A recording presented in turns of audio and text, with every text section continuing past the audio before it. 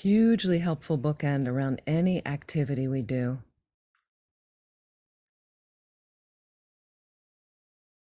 So setting a good motivation is you directing your awareness in a positive way.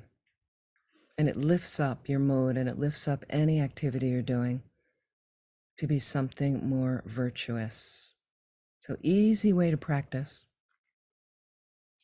So just think you might get some information from this class that can direct you along a path leading you to a fully awakened state. And basically a place where you're unlimited in helping all living beings.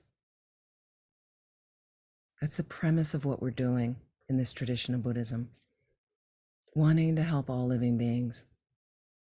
So in a sense, as a Buddha, fully awakened being, you're able to do it perfectly because you have an omniscient mind.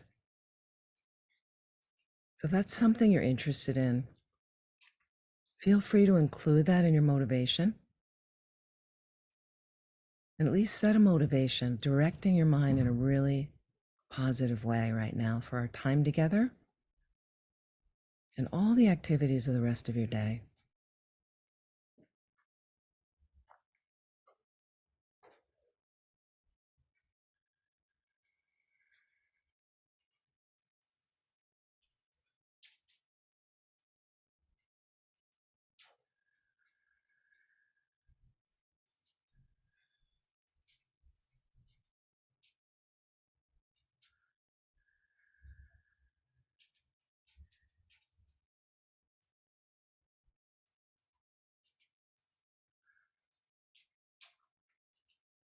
So let's reflect right now.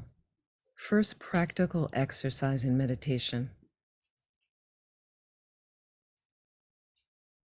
Let's really reflect on the positive circumstances of our life. So we have an early part of the philosophy, a topic called precious human rebirth or perfect human rebirth. And we have certain conditions that make up that perfect human rebirth. So this is a way to counter depression and anxiety. It's a practical application to counter depression and anxiety. But I just like to reflect on the good circumstances of my life. I do it every morning before I get out of bed. I do it really quickly, like 2 minutes. So just think for a moment right now, and you can get creative. You could think about having clean water to drink right out of the tap, clean air to breathe relatively,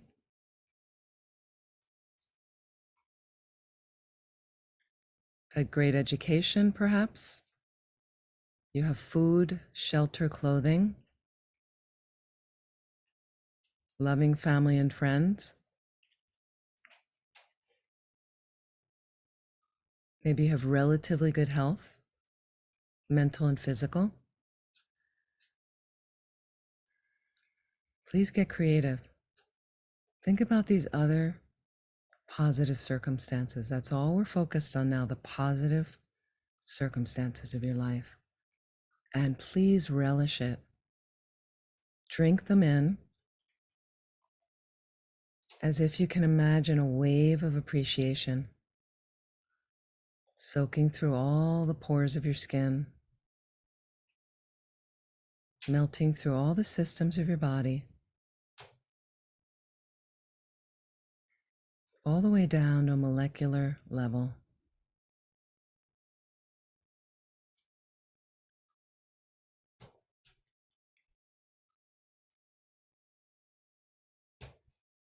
And just feel that gratitude washing through every thought, every idea, and even every mental distraction. So through your mind, so the body and mind right now are filled with this gratitude.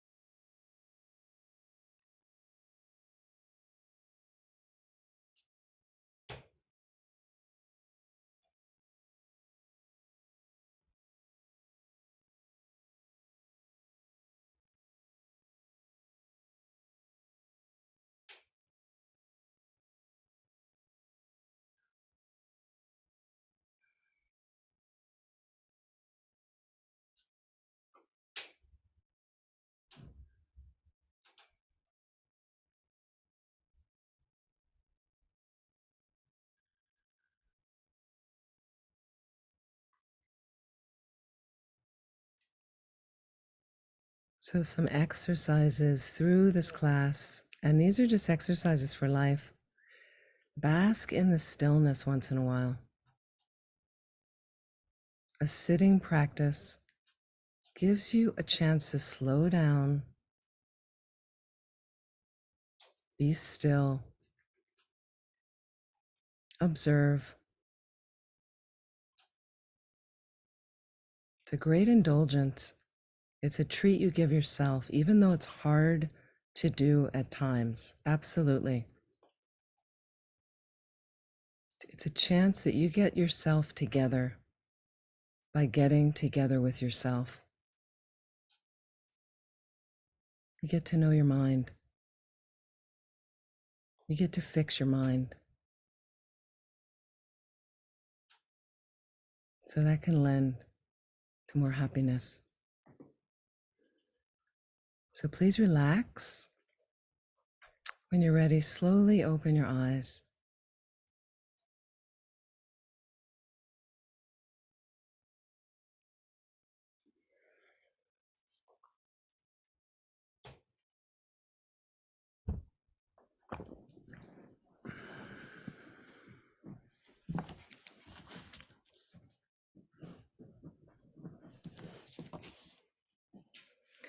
So just to explain a little bit what we're going to do the next few weeks. Okay,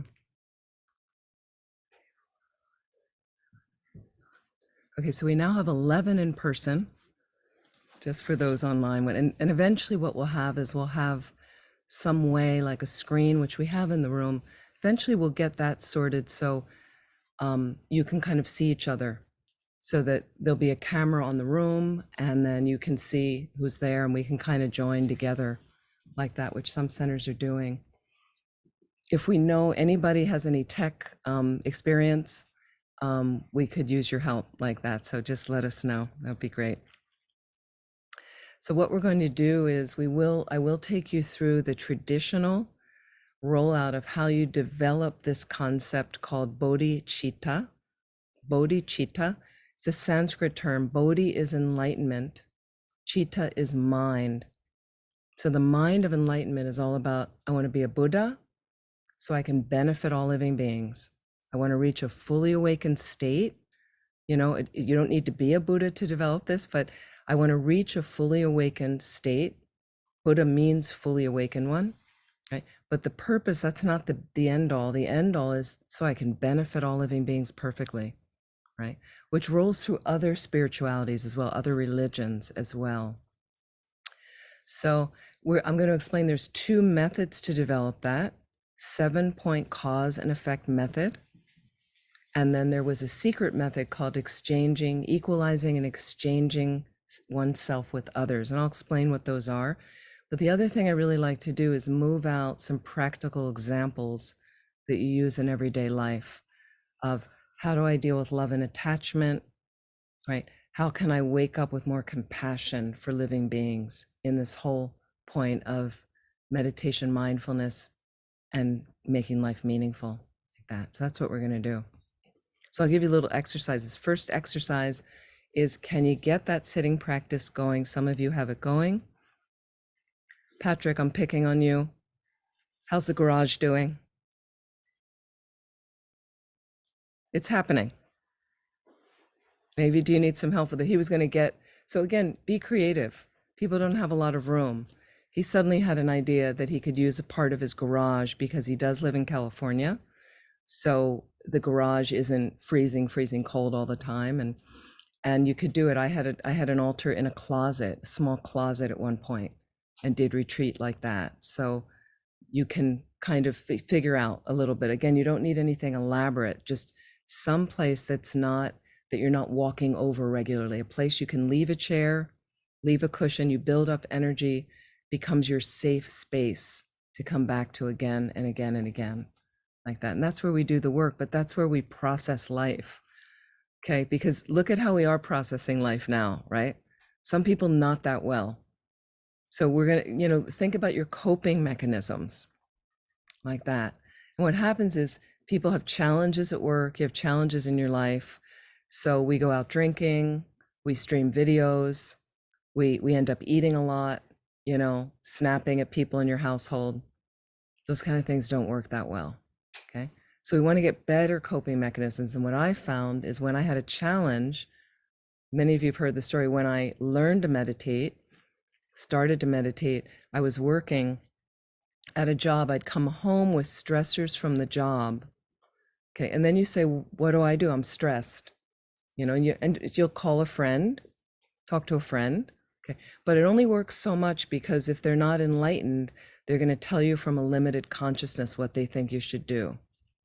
And there's some people that'll say, oh, well, if that person at work is yelling and angry and stuff, then you should yell back at them. And you need to go to HR and report them. So it's everything external to us. It's not about fixing our minds and our attitude. It's always blaming somebody outside. So we learn how to do it. We get conditioned how to do that. Our happiness is not in ourselves. We're vomiting it onto other people. You need to make me happy. You need to make me happy. And we see how far that gets us. But please check everything I'm saying. Please check up and investigate. See if these exercises work for you. Don't just, believe me, well, she's a nun, must be right. You have to check up yourself. It makes this path richer for you. Okay. So I would come home from work with the stressors. I made a little space. I didn't really know how to meditate, but I had one class, and I would sit and I'd let all the negative thoughts about this person siphon out. Like in my stillness, finally the thoughts would go. Okay. And then you're sitting, and then you're like, okay, now what? Like, so I'd notice I'd just de-stress just by sitting there quietly. It wasn't that I could follow the breath all the time. No, my mind would be bouncing off, and then slowly, quietly. Okay. So then I'd start to think about the person, and then I could think about them in a more balanced sense. So all I was focused on at one point were their negative qualities, but I was like, do they not have any other qualities? And then I'd start analyzing. They did. So I started thinking about their positive qualities. Suddenly that was new. That was more pleasant. Could I go in the next day and consider them from just their positive qualities? This is what I did on the cushion. This is called analytical meditation. We're taught to do this in this tradition, analytical meditation. We're taught to do it on all the topics of the philosophy. But we get bored and we go, I don't know how to do analytical meditation. We do it all the time. When you're focused on their negative qualities, you're analyzing them from only one perspective to convince yourself they're a jerk. That's no point to that. So what if I start rebalancing? They have positive qualities. I did it with this guy. So over and over, I had to go in the next day. I was still intimidated by him. He was big. He was yelled at people. He had a position kind of higher than me, and went in, really tried to focus on his positive qualities in a meeting. Every once in a while, the negative ones would seep in, but I'd say like, nope, positive qualities. Started working with him. From the positive qualities I could see, I started genuinely complimenting him on something, but it has to be sincere. It wasn't false flattery, just because I was nervous.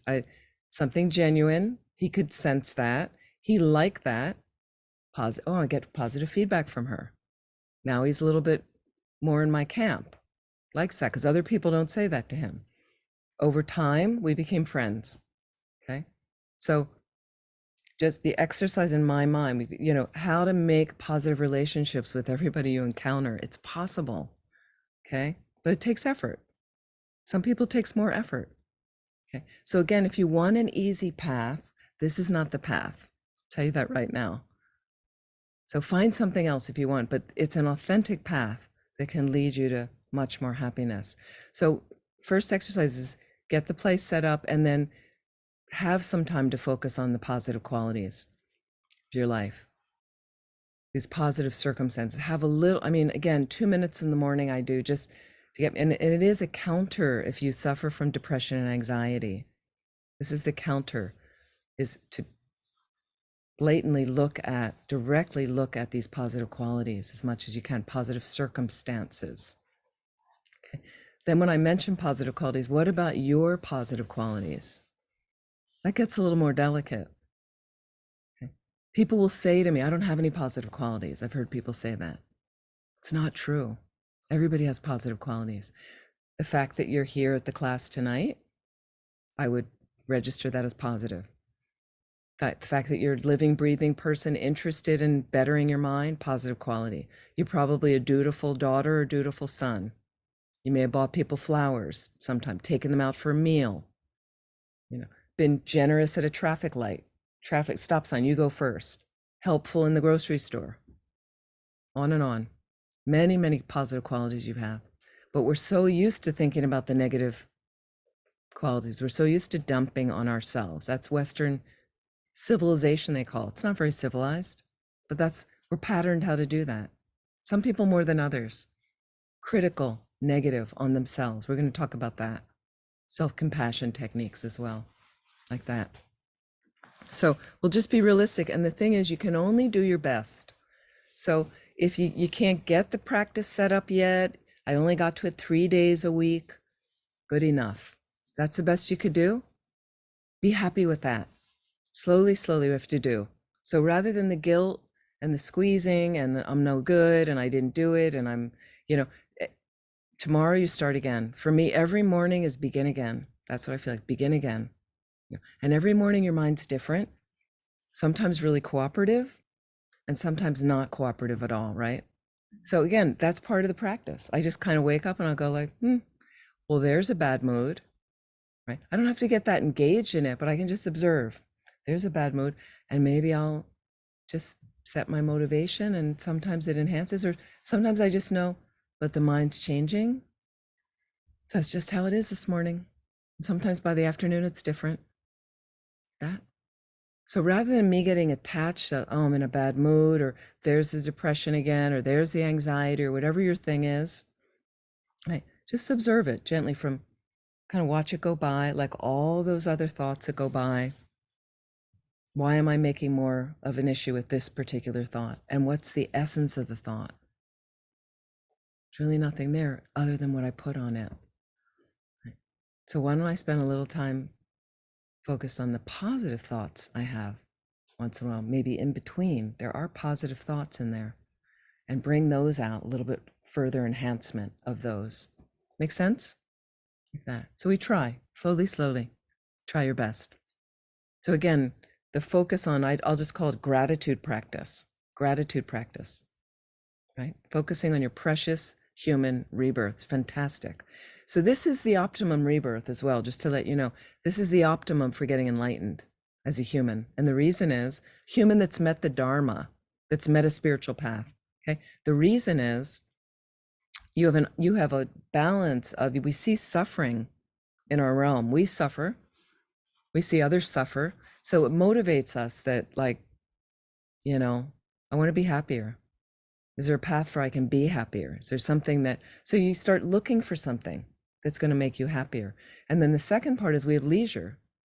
So you can come to a class like this. You have the means, you have the leisure to have Buddhist centers around or other spiritual centers around, churches, whatever like that, where you can go and somebody set it up, somebody supports it.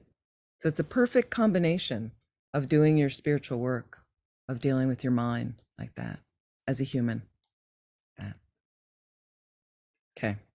Let's talk about some other exercises. Developing qualities.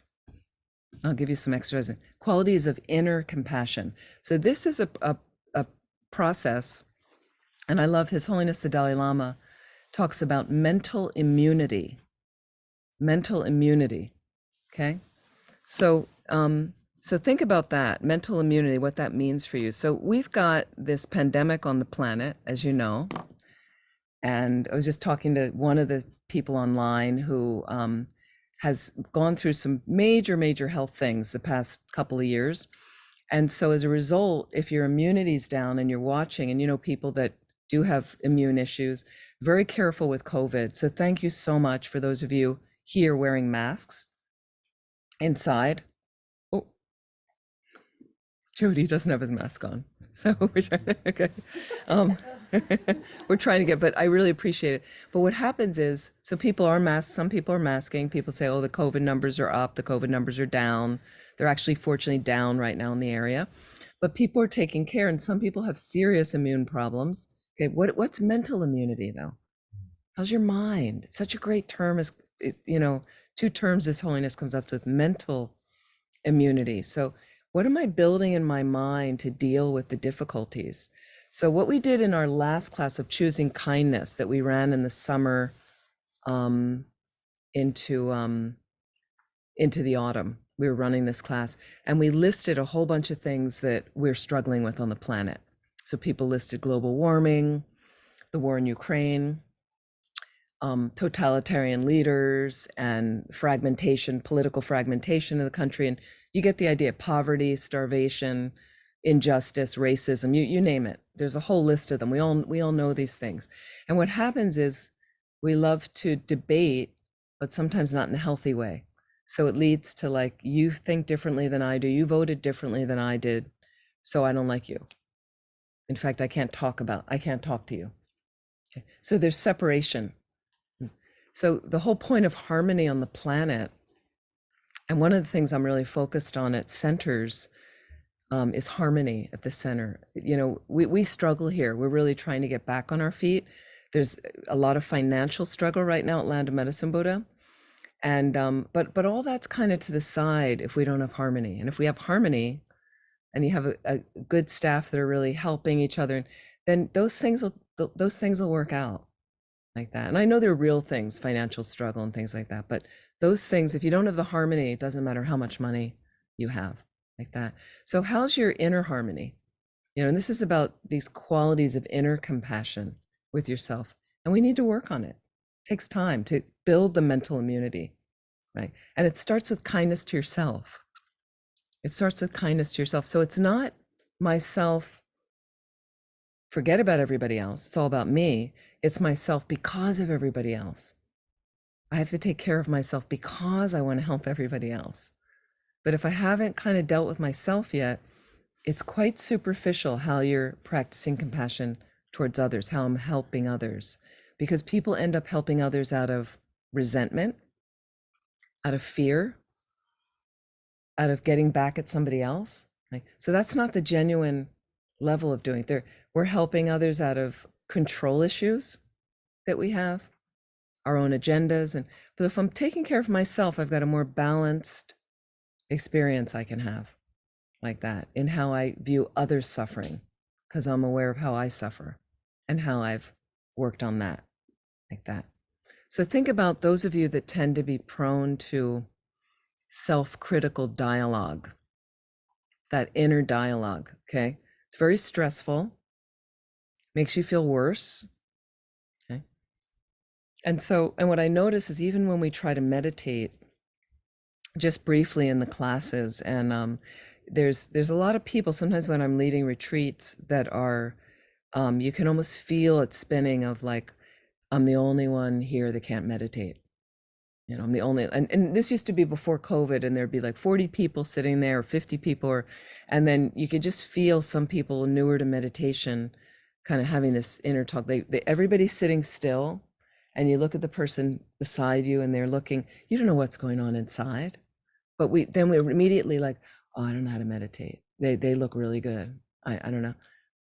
Simply not true. It's just you dealing with your mind at first, of letting go that inner monologue of the negative stuff. And I would call it the inner bully. It's common. We all have that. A lot of people have it. Some people I know don't have it at all, but most people have it. An inner bully that's there, that's disappointed in you, that makes you feel guilty, that you're not good enough, that you don't deserve to be happy. We know all those stories. You're not worth anything. Okay. So first, can I learn some compassion for that inner bully that needs a hug, like that? So let's work on some of these exercises on this level. Okay. The first is valuing compassion. I would talk about valuing compassion. Okay. So what happens is sometimes we get worried, okay, that if I'm really compassionate, okay, then people will perceive this as a weakness in me, okay, and that I have a lack of a drive to succeed. So there's some sort of weakness. I'm letting everybody go in front of me. You know, I'll be the last one because I have to clean up the kitchen. So that I'll always clean up the kitchen and I won't have any time for myself. And so people perceive that as negative. They don't want to be a doormat for people, like that kind of bodhisattva. Okay. Bodhisattva is one that practices bodhicitta, that has attained bodhicitta. Bodhisattva is like a Buddhist saint, Buddhist saint. So their whole reason for being is to they want to become a Buddha to benefit all living beings, and all they're focused on is other beings. Okay, very high level of attainment, right? So we want to think about, how do we grow to be bodhisattvas in the class? How do we be, in a sense, bodhisattva warriors, bodhisattva warriors who don't go to war with other people, they go to war with their delusions, okay? Meaning my inner bully, my imbalances, my fear, my aggression, my attachment, my pride, my jealousy. You get the idea, like that. So first valuing. So it's not really people like that think it, perceive it as weak. They're not really valuing compassion. Okay. But if you think about kind of renowned beings, okay, I think of Jesus, the Buddha, Gandhi. You could even say like Florence Nightingale. Okay. Nelson Mandela, okay, who really valued compassion. I wouldn't regard them at all as weak, or, you know, His Holiness the Dalai Lama would be one. Okay, so learning to be compassionate actually makes you stronger and more confident, like that. And even everyday compassionate things you'll see. We have examples of, you know, you'll see and what are they now calling? It's interesting now how terminology changes. So homeless beings, we have all over the planet, too many in the States, basically. But now I think we're calling them unhoused, right? Is that the new word? It's so funny how the words, it's like, I don't know if unhoused is any better than homeless. I'm not sure, you know, unhoused beings. So, but these people, and I see some people walk by them and can't be bothered and don't want to make eye contact. Some people are more engaged.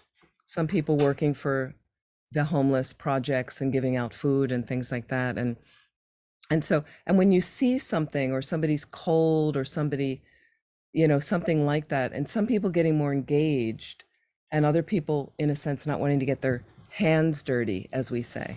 So some people perceiving, if this person is so, you know, rubbing up against a homeless person or unhoused person, perceiving it as weak, like, oh no, don't go, no, you don't want to, you know, put your hand, I don't want to be troubled to remove the animal from the road that got hit.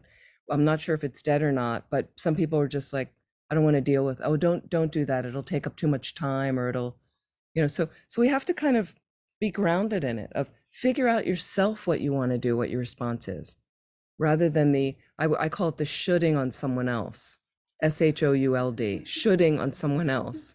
And what I mean by that is I've been in cars with people and we've passed an animal that's lying in the middle of the road, you know, it looks dead, usually they're dead, got hit, and then I'll hear the passenger say to me as I'm driving, like, oh, what should we do? You know, think about what you want to do. Let's develop that wisdom. Let's grow the wisdom as we're opening our hearts in this class. Because the class is really about getting the heart open, but let's grow our wisdom as well. So you yourself think about what you want to do. How do you want to respond? You know, for me, when I see them right in the middle of the road, but they look whole, I have to check it out, because I'm like, what if it's not dead? And then somebody runs over it, you know? So at least I want to get it off the road. And it's also neater if you get it off the road in some ways. And who knows what experience the animal's having in its last moments or something like that. And so, you know, you might say to me, can we stop? You know, maybe I'll decide I don't want to stop. Then that's my decision. But you could say, can you pull over? Can we just check it out? Yeah, like that. So have yourself equipped slowly as we learn the tools to do it. And sometimes things are happening like that, so we can't respond quickly enough. We train. It takes time. It's hard. So think about how you, this week, think about how you value compassion. How do you value compassion? What do you notice when you see somebody responding compassionately? Do you like it? Does it lift you up? Do you look away? Do you feel guilty? And it's just you getting to know yourself. It's just you getting to know yourself. There's no judgments. It's not like you're bad, you're good, that was a good response. It's you getting to understand what's going to make you feel happier. It's going to make you feel happier. I used to shy away from those things. I'd see the animal on the road. I'm not stopping. I don't have time. But then I'd notice as I'd go by it, I'd have a little like, should if it came up that I should have stopped, then why didn't I stop back there? Why didn't I stop back there? And it takes time to, and again, this is a rehearsal. This is a rehearsal. All this Buddhist practice is a rehearsal for getting our minds oriented in the best way. So please be patient with yourself. That's the beginning of compassion. Be patient with yourself. It takes time.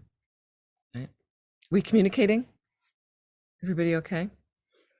So slowly we just want to, and so what I like about meditation is I have to slow myself down in the space of the stillness.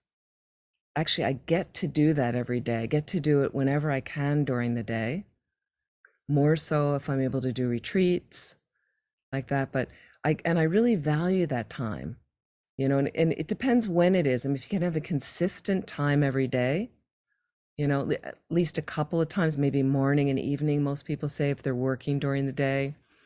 But sometimes you have a day off and then you notice that 11 in the morning works really well for you. So again, there's different times of the day that are going to resonate better with you. So sit during those times if you can, figure out when those times are. But when you have to go to work at a certain time, then can you get a little bit in before something, maybe before you go to bed at night? But so here's the thing again, be wise with the times. And people say to me, well, how long do you sit every day? It doesn't matter how long I sit. It's what you can build into your life. So if you're new, you might start with 10 minutes. You might just see, how does it feel to sit for 10 minutes? I'm in my chair, I'm on my cushion, whatever it is. Because we're not used to being still. So for some people, it's unnerving to sit still for 10 minutes, okay? Here's the other thing. This has to be in another room. I'm sorry. Move your phone to another room. Or turn it off, because it's very delectable and it's going to beep and it's going to vibrate and something's going to happen and you're going to be distracted and you're going to pick it up and go, I just need to text one person back, and there goes your 10 minutes. So be skillful. And then maybe you have a room where you set up, it could be a corner of your bedroom. You want to close the door on the people in the household. Tell your partner. Some people won't like that. What are you going to do? I don't like you meditating. I had a partner like that. Okay. So at least explain to them, and slowly, honestly, slowly, they will see the value when you get the meditation space as the value when you're in a bad mood when you don't. Okay. So slowly but you don't have to have a whole sweeping thing. I'm a new person. I'm getting into Buddhism. I'm meditating now. No, it's just kind of, you might say, I want to try to be still a little bit and learn how to meditate. Explain to them what you want to do so they know what's happening, and just say, I just need 10 minutes. I'm going to close the door. Please don't, if the phone rings or something, don't disturb me. This is my time. This is what I want to do. And I gave this example before. Some of you have heard this story that when I would visit my parents, I would meditate, and I had a door on the bedroom that didn't lock or close really. It was a folding door and you could easily just fold it in. And so my mother had a habit of just opening the door without knocking or asking. And she'd see my back, like sitting on the bed with my back to her. So she knew kind of what I was doing. She didn't like it.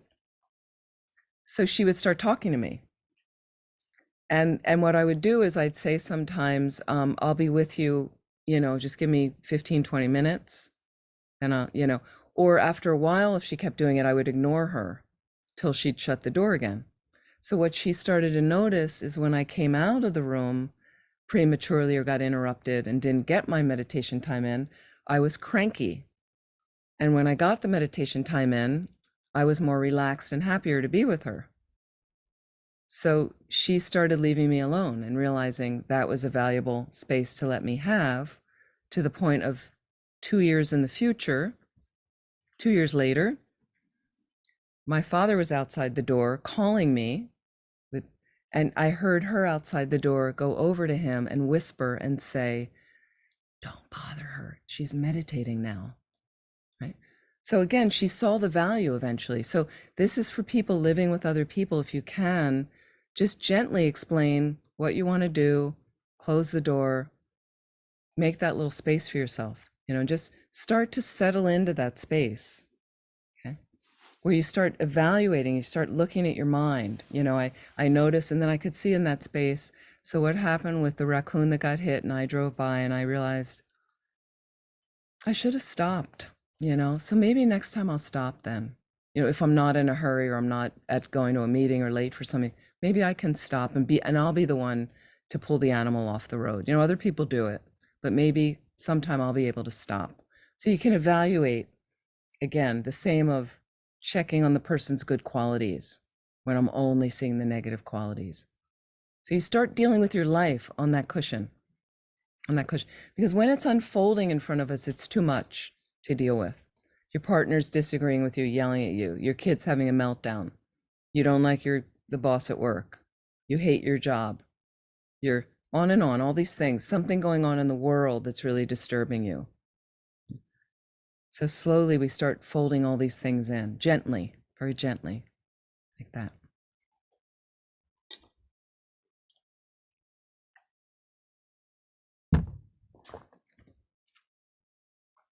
Okay, so let's talk about mindfulness for a moment. Because we have meditation, mindfulness, making life meaningful. Mindfulness. Really, really helpful. Now, it's a really hot topic in the States for the last few years. It's been a big movement. Meditation centers with mindfulness are, very, very popular, things like that. In some ways, my teacher, Lama Zopa Rinpoche, says it's not technically Dharma. Okay. Dharma would be Tibetan or Buddhist philosophy overall. But the real essence of Dharma, and I'm just want to get some ideas from some of you. What would you say Dharma is? Okay, one level, small d, it means phenomenon, stuff, things, okay? Capital D, the philosophy, what constitutes Dharma kind of for you? What would you say, any of you, some of you have been practicing for a while. What makes it a Dharma practice versus some other kind of practice? Anybody? Teachings, somebody said. Teachings. Yeah, there's teachings involved. What's the essence of those teachings? What's kind of the pivotal part about it that makes it a little bit more special? Any ideas? Maybe like the moral aspect of it, like the moral transfer of the teaching to life. Yeah, the moral aspect of the teachings to life. Certainly one aspect. Yeah, thank you, Maureen. Other ideas? I have an idea, maybe. Please. Our teachings are handed down from oral transmissions and are from lineage holders. So we know that it hasn't been changed in any form and that it's true to its text and hasn't been rewritten by Constantine or something. So That's it's So there's an authentic lineage. Yeah. yeah, authentic lineage. Yes, that's it. Thanks, Julie. Yeah. And we've got some comments here. Let me just, can you hear the people on when they, yeah. Okay, great. We've got the motivation of bodhicitta, Bob. Thank you. Yeah, we've got that motivation. Nancy, the great perfection, she said. Like that, also talking about wisdom, bodhisattva training, mind training. Yeah, thank you. Okay. So all of these things are related, absolutely. And here's the crux of it is, if it's something that counters delusion, it's dharma. If it's something that counters delusion in your mind, not somebody, if it's something, Jyoti. Yeah, principles to live by. Principles to live by. Yeah, sure. Absolutely. Thank you. Yeah. So, but if it's really countering delusion, then you get into dharma. Then you can say it's dharma. Okay. If it's countering delusion. So mindfulness is just, I'm aware of what's happening. So it's slightly different. Okay. But it's really helpful. So just think about that in general. Yeah. Principles to live by. Yeah. is think about that in general when you're practicing it. And what happens is you can make anything virtuous by nature of your motivation. If it's about, I want to be a Buddha to benefit all living beings, to counter delusion, stronger for planting seeds in your consciousness than just, I'm aware that I put the cup down right now. Okay. You know, or just following the breath and being mindful like that. It's kind of a lighter level of what we're practicing. So, but let's talk about how mindfulness can help. Okay. So, number one, we're on a cushion. Okay. And simple, basic meditation is my mind just wandered off the breath. I'm over here. I've got a whole drama going on while I'm sitting on the cushion. Back to the breath. It's mindfulness. That's fine. That's meditation. It's a type of meditation is back to the breath. Okay. As we develop what we call shine in Tibetan, shine, calm abiding. Okay. There's 9 levels to develop that. The first level is I'm on an object. I can barely stay there, barely hold my consciousness on. It's normal. I'm bringing the mind back. And then second level, I'm on the object for a little longer. I go off again, bring it back, bring it back. So basic mindfulness. But then how, if you got some on your cushion, you're developing some on the cushion, okay? Over time, slowly, you're better able to focus on your mind in everyday life. You can focus on your mind more in everyday life. So when you put your cup down, you know just where your cup is because your mind's there when you put the cup down. When you put your phone down, my mind's aware I'm putting the phone down. It's not like you have to say that to yourself, but you're watching. You know? So you'll say, but if I'm going slower in life, I won't get as much done. You get more done by slowing your mind down and observing your mind going through all the different calisthenics that your mind goes through. Okay. And the reason is I know where I put my phone down, my mind was there.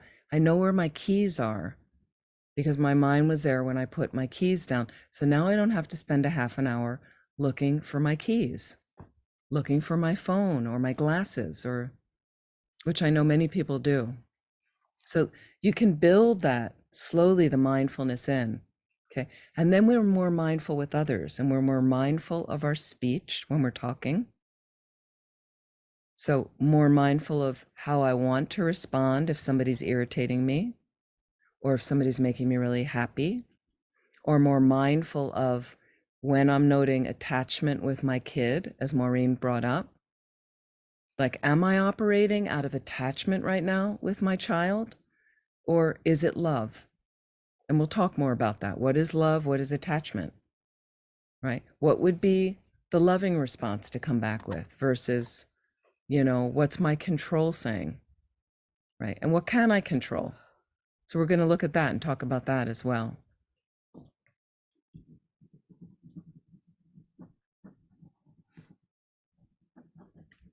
So just in building in that meditation practice, that approach of just being mindful of the breath, mindful of the breath. If you want, choose another object on which to meditate slowly over the course of these weeks. You can pick a visual object, experiment with that. So what we eventually learn how to do is meditate on an image of the Buddha, an image of the Buddha. Why? Why do we pick that? They say it's uplifting for the mind, that it leaves a positive imprint on the mind, okay? So pick something that's uplifting for you. Do you want to have a picture of Jesus and that is something that resonates with you and uplifts your mind? Picture of Mary or something. Fine, no problem with that. But, and then what you're going to do is if you say, well, it's too detailed for me to really get the image, start with the face and maybe the eyes. And you're going to zero in like a laser, absorbing your mind into the object. Okay. You're not looking necessarily at a card of the picture. First, look at the card, but then close your eyes. You want to exercise your mind. It's from your mind side, how you're holding that object in your mental consciousness. And so we learn, and from that process, it has a byproduct, and the byproduct is you're more mindful in your everyday activities. Really works that way. Really works that way.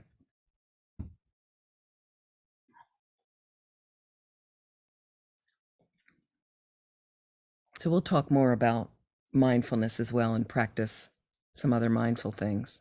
So, or experiences of mindfulness as well. So, and then just moving into a little bit, making life meaningful, making life meaningful. So what happens for a lot of people is we want to be happy. And I think that's why a lot of people come to Buddhist centers and classes, and we want to be happy.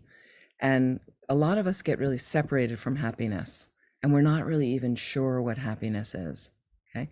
So slowly figure out, and some of you have heard me talk about this before, but because some of you are newer here, is what lights you up from the inside? What lights you up? Really getting a sense of that as much as you can. And I'm not talking about superficial happiness. I'm not talking about the ice cream cone and the pizza party and we went to the beach and it was really sunny the other day and I had a nice long walk and being with my friends and family over the holidays, and that stuff's all great. There's nothing wrong with it, but it ends and then you're kind of back and there's your problems. Then what do I do? How do I deal with the problems? Again. So if I'm living an authentic life, okay, and that's tricky to really live from your authenticity. Did you ever say things and you say something to somebody and then you go later, I don't know who that person was. Like, that's not what I really meant. I said it because I was nervous. I was intimidated by them. I wanted them to like me. I was thinking about what this person was thinking about what I was going to say. We're all off balance and we all do that.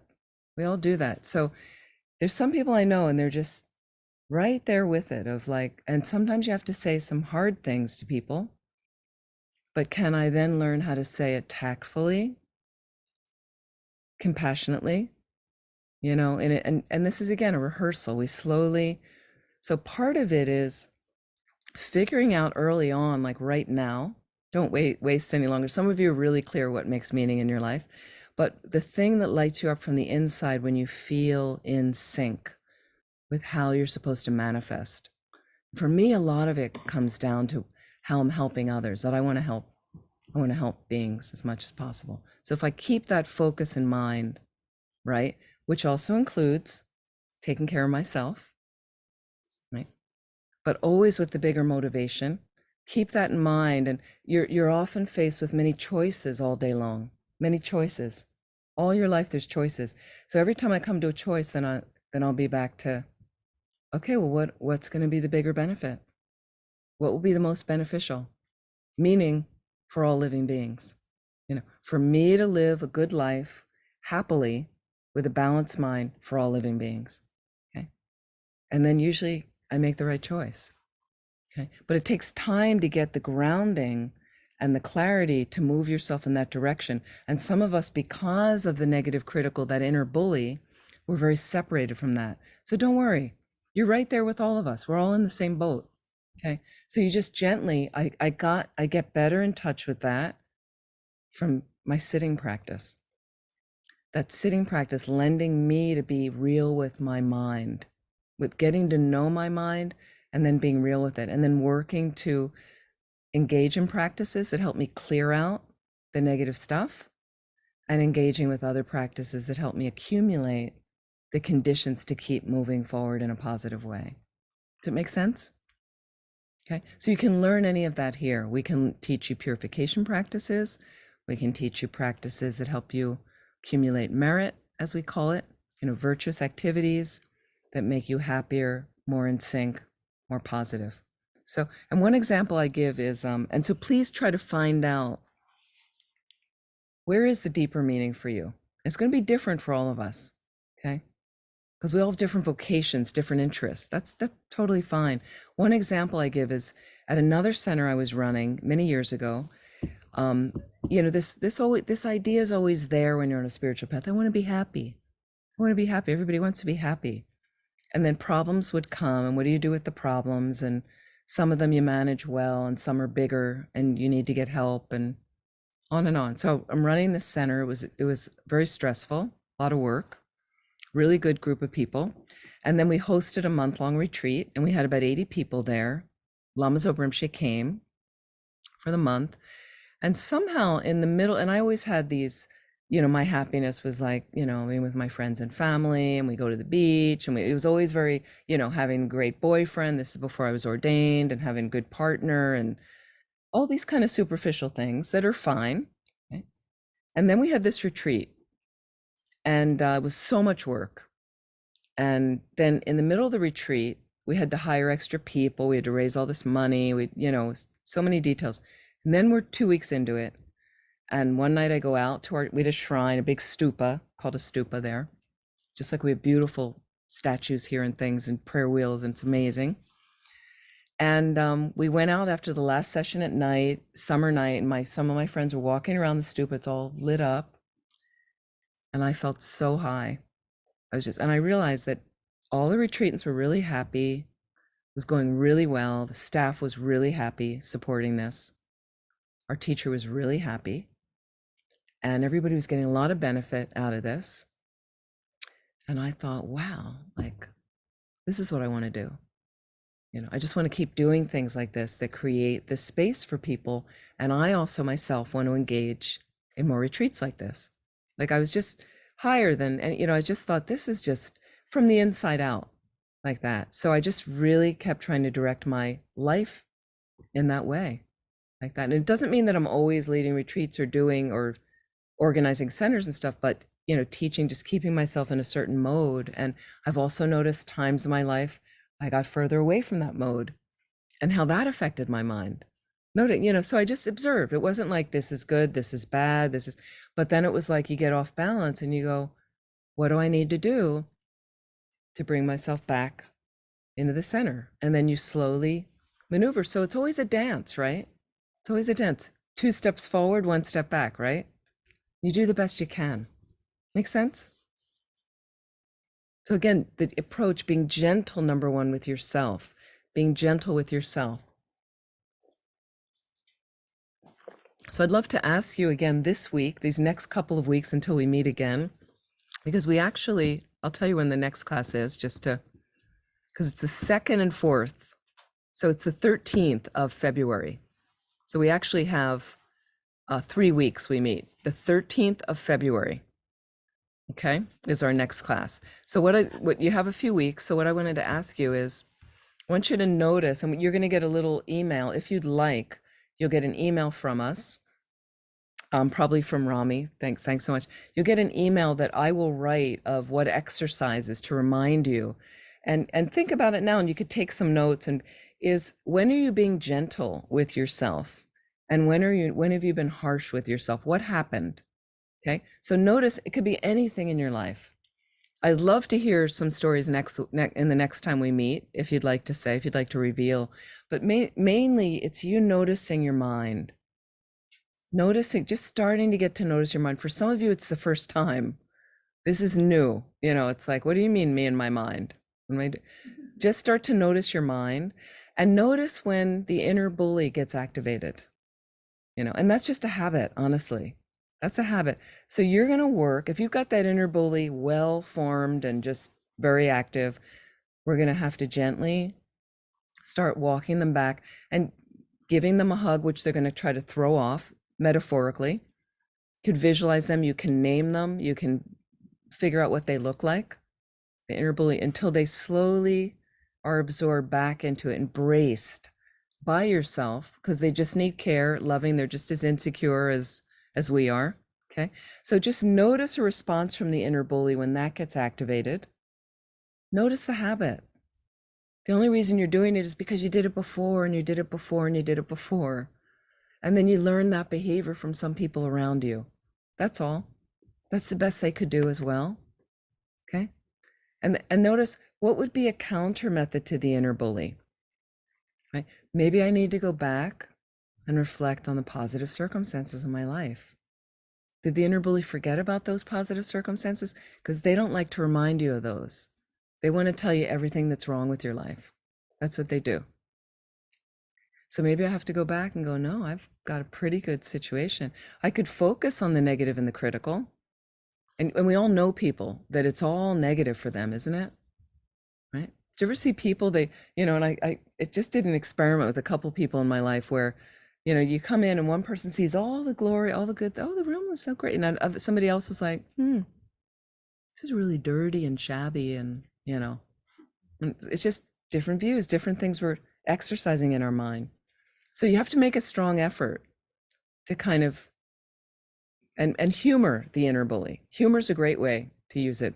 So just notice what circumstances are creating the inner bully to voice, to activate that voice. Okay, what would be helpful to do? What's helpful to say to them in a realistic way? This is just you sitting quietly. You notice this come up. I like to just start deeper breathing. Wow, I'm pretty irritated. And it might be, I'm pretty irritated right now. Wow. Boy, did that person trigger me. I need a few deep breaths in and out. Good. It's a great coping mechanism. Just basic, deeper breathing. That's number one. Always starts there for me. Deeper breath in, deeper breath out. Once I've had the fourth exhalation, I'm usually like, okay, this is okay now. Okay, so what was that voice telling me? What was the inner bully doing? And what triggered me? And so I just start looking around. Who was around me when I felt imbalanced? And then you might start noticing, isn't it interesting that that person's always there when I'm imbalanced?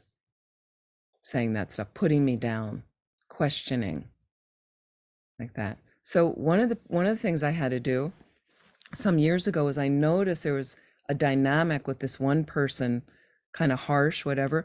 I started limiting my time with them. Okay, I started limiting my time with them, but in a very gentle way. It wasn't blaming them. It wasn't your crap, I can't spend time with you.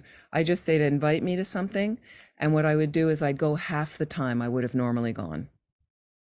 I still went, I still engaged. You don't cut people out of your lives, especially if they're family, right? Or close friends, but slowly, if it was a close friend or somebody, is when I found an appropriate moment, maybe privately, and something came up where they were negatively taking me down again, then I found a gentle way to feed back to them, to explain that when you say this to me, it makes me feel like this, makes me feel lousy or not valued or not heard, or it makes me feel like a child, or makes me feel like you don't trust me. Just that's me being authentic. As Brené Brown would said, that's me being a badass. So sometimes you just have to, but again, it's from my view, from compassion, from my heart wisdom, trying to come there. Maybe you have to rehearse in your private space, say the words aloud of how you want to say it. Because some of us are not good with the speech, so you want to rehearse. So that's you getting into your authentic lineage right there. As Julie was saying, this all comes from an authentic lineage, bodhicitta teachings, especially when we get into that.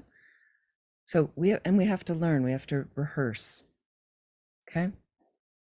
Gently we do it. So I'd love you to kind of look at imbalances, look at the inner bully, look at your response. Maybe look at the old response that got triggered, negative response.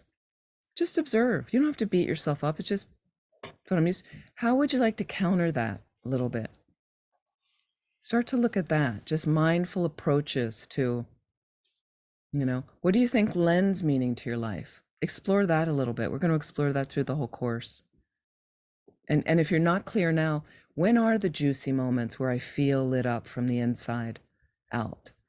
Can I direct myself more in that way? Can I surround myself with people that bring that out in me? Because there are people that really bring out the best in you, and then there's people that don't. So can I rebalance a little bit? Okay. Then you say you don't have time for practice. We're going to work on, as you've heard me say this before, some of you, you're going to borrow from the wasteful activities of your week. There are many, right?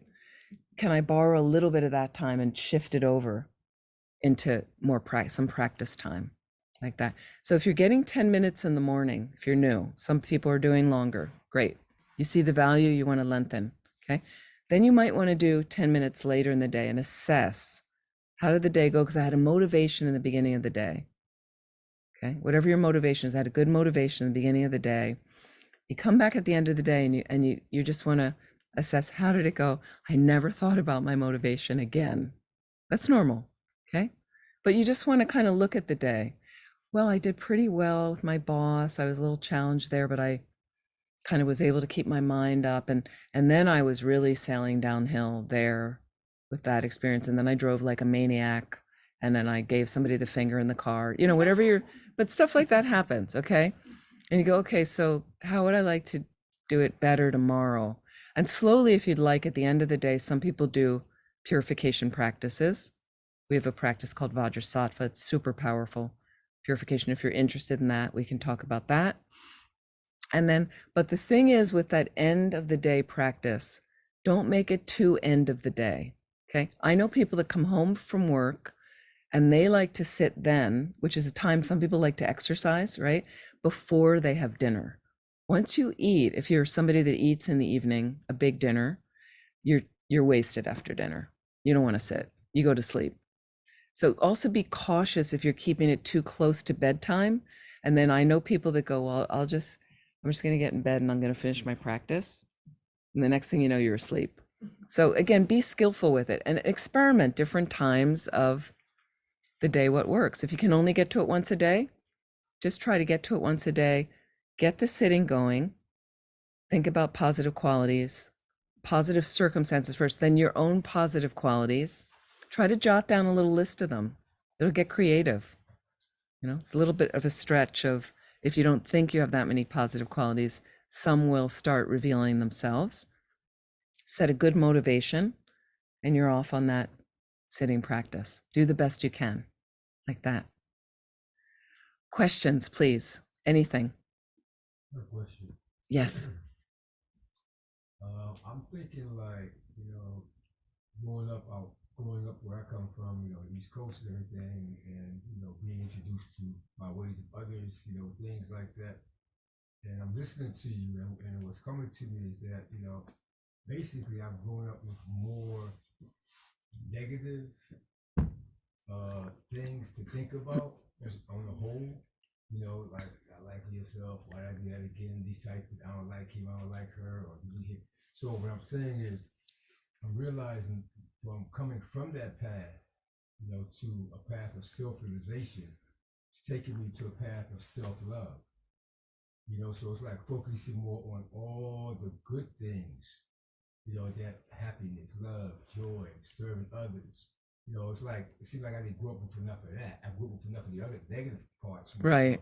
So now it seems like, could you expound maybe on more like on self-love, and also where that leads as far as pertaining to loving other people more?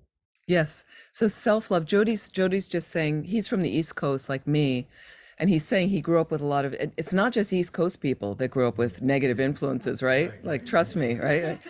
But I mean, I'm from Philly. Come on, tell me about it, because Philadelphia is a really kind of hardcore city. And Jyoti's from Atlanta, also kind of hardcore like that. But he's saying he grew up with a lot of negative influences. And so this is a path about self-love. So can I say more about that? I will say more about that in coming weeks as well. But this is really what I'll even call self-compassion. So, and I've noticed, from fragmentation of how I was raised, where, these people are good and these people aren't good. And you like these people. And when you do that, that's bad. And then you're bad. And then guilt is labeled in on the top. And what's the thing, a lot of us raised in Judeo-Christian religions. That's how I was raised. And so the guilt tripping is quite strong for me growing up in that tradition. But it's not, and I found it amazing in the Tibetan tradition, etymologically, like through the language, they don't have a word for guilt. When I heard that, I'm like, sign me up, like, please, like, so that when we make mistakes, we're human. So this is something about that forgiveness, to give yourself, to start there. And I think that's where the self-love and self-compassion starts is. So what happens is when we're measured against God, a concept of God, and you really have to ask yourself, what do you mean by God? People, like, I used to believe in God. A lot of people believe in God. Nothing wrong with that. Okay. You want to ask yourself, what do you mean by God? But when you're measuring yourself against perfection, which you might see as God, like that. You're never going to be good enough. You'll never be good enough, really. Can you develop that quality in yourself or become that? In Buddhism, you can become a Buddha, fully enlightened being, an omniscient being. They're not all powerful Buddhas, because if they were, they would enlighten all of us like that. Okay. But they're all knowing. They're all knowing, and they see a path of how you can free your mind from suffering. So for me, it became a more gentle approach. And the other thing it does is it puts you at the controls, because there isn't somebody doing it to you. We have this idea of kind of Judeo-Christian thing. There's a separate God, the creator, this is how I was raised, separate God, the creator, that controls a lot of that. So I didn't really understand why a 2-year-old baby dies of leukemia, because for me, I was raised with an omnipotent God, all powerful and all knowing. But if they're omnipotent, wouldn't it be great if they could fix that, right? And the Buddha's saying they can't fix it because the baby has karma. So we can talk about that, as well as a setup of a condition based on reincarnation and different seeds in that consciousness. That's a whole other class, but we can certainly touch on some of those things. So I think it's a matter of the mindfulness of realizing I have the karma to be reborn in a kind of world like this, with fragmentation and duality. But as I learn to grow the good heart and learn to understand the nature of reality, I can transcend that duality, right? And then we realize an interconnected nature. So I'm not saying Christianity doesn't teach that, or Judaism doesn't teach that, or Islam doesn't teach that essence. I think Jesus's teaching was loving beings. That's what his teaching was all about: love, treating others more than yourself. It's very, very similar. I mean, we'd see him as a high-level bodhisattva, there's no question. Like that, beautiful teachings in those traditions. And if you feel that's a path for you, fantastic. Follow that path. If it makes you happier, more balanced, absolutely.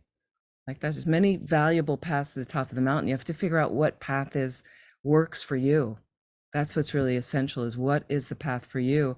And is it authentic, and is it leading you to more happiness like that? So I think we're in a constant progression of looking at those influences, and then being very cautious to balance yourself so that you're not subjected to the negative influences like that, as we practice that path of self-compassion. Does that help a bit? We'll talk more about that. Yeah, what I was saying was, it seems like self-love, once you get into self-love and understanding of it, it seems like it broadens you out to loving others. It actually takes you where you can start loving everybody more, so not just yourself. Yes, of course. That's what I was Of course. Yeah, absolutely. Yeah, that path of self-love does help you to love more. That's the purpose of it. So that's the better self-love, not the egomaniacal self-love, where it's all about me. Hey, you don't love me? It's all about me. So that's definitely the one with the bigger motivation. Absolutely. Like that. Yeah. Thank you. Appreciate that. Sure. And I mean, really, love is all, I think it's all about love. And that's what happens, is we've gotten separated from love. So unfortunately, just based on, so what I wanted to mention is, I mentioned that Buddha is pure, Buddha is perfect. Okay. That's where we're headed. That's where Buddhists are headed, let's say. People in other religions can say they're also headed to a kind of God consciousness, again, perfection, beautiful, fantastic, like that, to manifest like those kind of teachings. But you have to understand, as a human, you're flawed. You make mistakes. Okay. I'm not laying a trip on you and saying you're bad. I'm just saying that's reality. I own that about myself. I know I make mistakes. I know I'm flawed. I'm working on it. That's the best I can do. Okay. I'm making a lot of effort. I'm working on it. There's other times I take breaks. I take rests. We all need that. Okay. But so to understand, when you do make a mistake, then why do I need to beat myself up? Okay. I didn't intend to make the mistake. Okay. If you're making mistakes again and again and again, the same mistake, then you need to look at that. Okay. Make mistakes, pick yourself up, dust yourself off. Can you learn from the mistake? Like that. That's our process to become perfect. Okay. To become perfect. So, but I know right now I'm not perfect. Years ago, I was a perfectionist. Everything had to be perfect. Well, how exhausting is that? Oh my gosh. So this is, again, I want to introduce another word most of you know, samsara. Samsara, Sanskrit word, it simply means to cycle. What are we cycling through? Birth, old age, sickness, and death. All of that is suffering. Okay, it doesn't mean birth isn't beautiful. Doesn't mean people don't have beautiful deaths. I've seen it. But all of that is an imperfect situation. It's broken. It's broken. We forget that. So when the car doesn't start, sometimes we get upset. When somebody gets cancer, we lose it. We have a meltdown. Like on and on. When we lose a loved one, it's terrifying for us. Okay. So this is Maureen in one response to the attachment question with your children. It's going to be really hard not to be attached to your kids. It's natural. It's one of the strongest bonds is mother and child, or parent and child, especially somebody that came through your body. It's a pretty strong tie like that. But to understand in samsara, that's kind of the nature is attachment is going to rear its head. And at times I'm going to be operating from attachment, which is what's in it for me. I need my kid to marry this person because I'll be happy. I need my kid to move there because that's what I want, not what they want. That's what I want. That's what I need. Okay, when I'm coming from my needs, my wants, only not considering them, that's attachment. Attachment is seen as one of the 3 poisons in Buddhism. I'll mention this again in future classes. We'll talk about the 3 poisons, but attachment is one of those 3 poisons that keeps you from perfection. Okay. Love is, what's your experience? How can I make you happy? Love is, I'm interested in your happiness. I'm interested in you being happy. That's really love. Okay. So you can ask yourself, Maureen, at times when attachment, it's going to be normal that it's there, but then kind of, can I really think of like, I know my kid really wants to do this. That's their happiness. Let them try. How can I support them in doing it? And then if you realize that you can only support them so far, just be open and explain. Like, this is as good as I can do. I'm working on the rest, but basically I can help you this much. Setting boundaries is totally okay. Bodhisattvas set boundaries like that. So we'll talk more about that as well. But does that help, Maureen, as well, a little bit with love and attachment? It's very tricky with those closest to us. Any other questions, comments? Anything we touched on tonight that? Okay, let's stop there. So again, focus on the sitting practice, getting that, think about your mental immunity and the inner bully. You know, when are you mindful of that? How would you like to counteract it? When are you stuck applying an antidote? You know, I don't have an antidote for this. Let me know what that is. You know, something came up, you're in the middle of something, didn't work. Take it back to your cushion, set that up. Focus on those positive circumstances of your life and then your positive qualities. That. And then we'll start talking about methods to develop bodhicitta next week as well. And the other thing is look at valuing compassion. Again, that I mentioned, one of these tools is what am I finding a compassionate approach to these next few weeks? When was I off my compassion rocker? Wasn't working that well. You know, when did I notice other compassionate acts around me? How did it move me? How was my mind? Things like that. So we can explore that. So what we do in conclusion is, and sorry, are there any, let me just see if there's any other.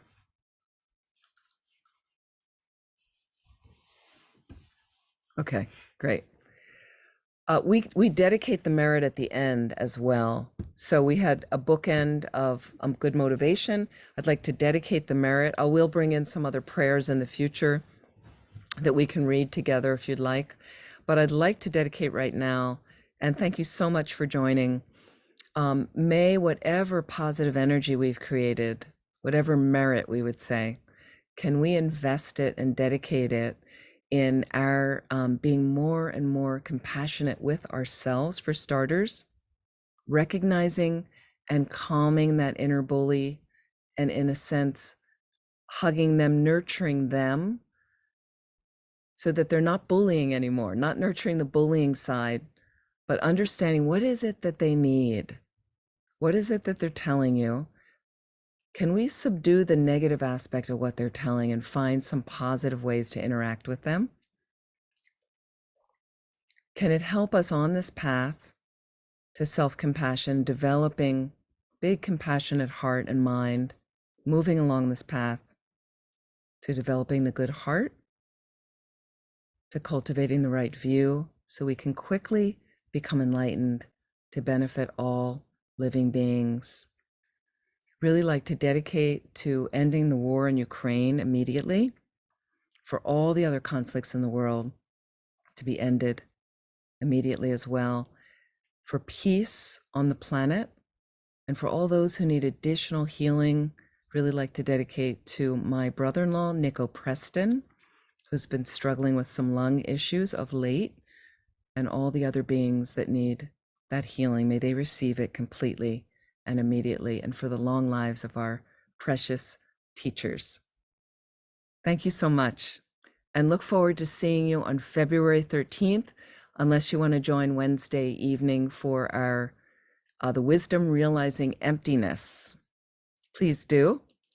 And thank you so much. And, I wanted to just mention that we have a lot of people in the Gompa right now. It's great to see you guys come back. We do have many volunteer opportunities, some remotely, and some, like it could be somebody wants to come in, half an hour before the class and set up the class like this. That would be just hugely helpful. Things like that to me and Rami. So little things like that. So something you can think about. You can talk with us about it. And thank you so much. And look forward to seeing you at our activities. Please be well and have a lovely evening. And I just wanted, oh, sorry, Amy. I just wanted to make a quick mention for those. This is like each week or each time you attend this class, you need to re-register, is my And understanding. can you guys hear Rami?